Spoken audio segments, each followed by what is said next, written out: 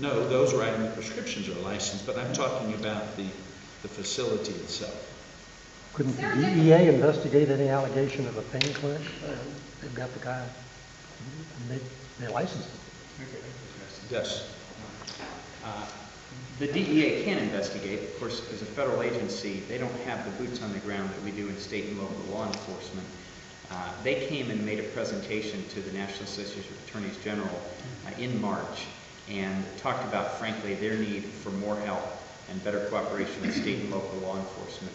They talked about the pain clinic problem, which is, as George and Dr. Jackson have said, is a problem in a number of states around the country, not only Ohio. In fact, worse in Florida and Texas, they noted for us than in Ohio, but we were one of the states mentioned.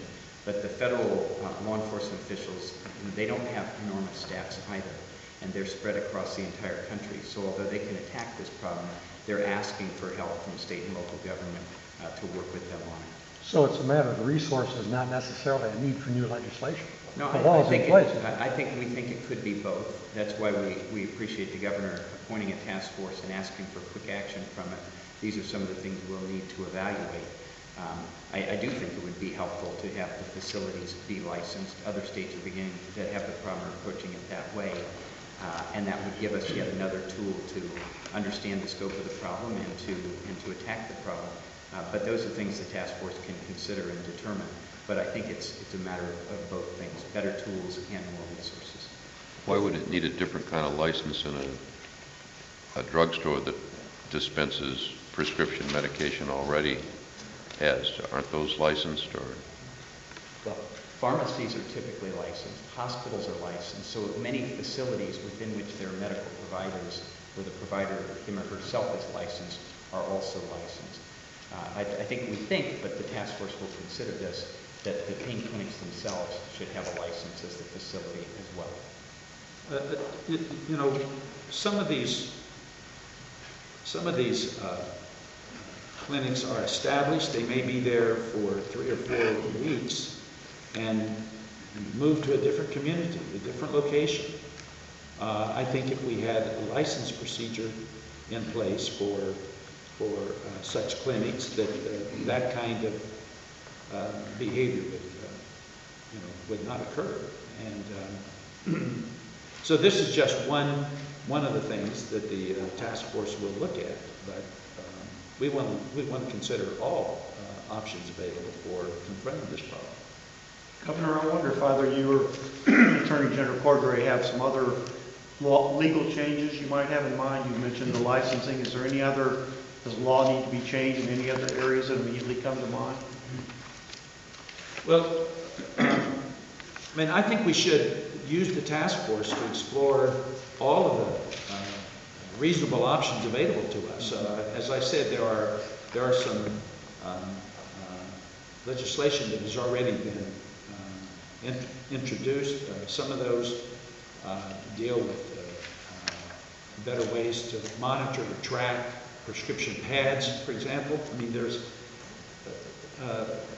There's a need for us to, I think, look at every possible tool that we could identify and then make appropriate use of those tools. Yeah, I think, again, what George said earlier, there have been a lot of disparate strands around the state looking at this problem. What the governor's trying to do with this task force is to bring those together and to identify immediate action items that we can proceed with. Of course, legislation is not itself typically an immediate action item, although it can be if the legislature is recognizes the seriousness of the problem enough. As we said today, possible licensure of pain clinics is on the table. Better compliance with the ORS system, whether that requires a mandate or not, is unclear at this point. I'm sure there are other legislative proposals people have in mind, and the task force will consider those and make recommendations on a very quick basis, as well as helping us identify other action items, many of which are underway, but trying to bring this together in a more coherent fashion, which I think is badly needed. Are all of these pain clinics unlicensed? Are all of them pill mills, or are some of them pill mills, or?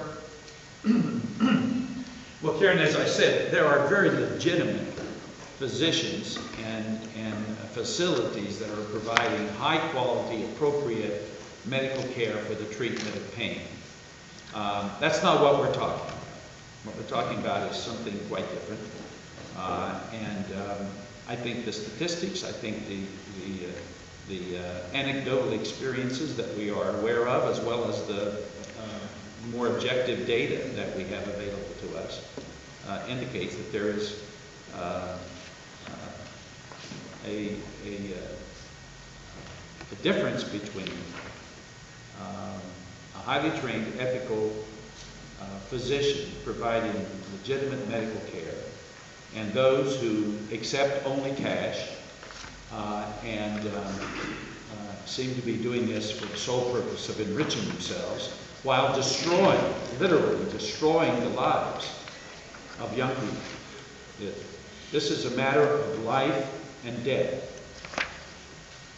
The Columbus Dispatch recently reported the number of deaths that had occurred in Scioto County as a result of these drug poisonings and overdoses. And I don't recall the exact number, but it was astonishing to come from a county of about 82,000 people to have that number of deaths. So what we're talking about here is not, it's life and death. And that's why we're taking it as seriously as we are.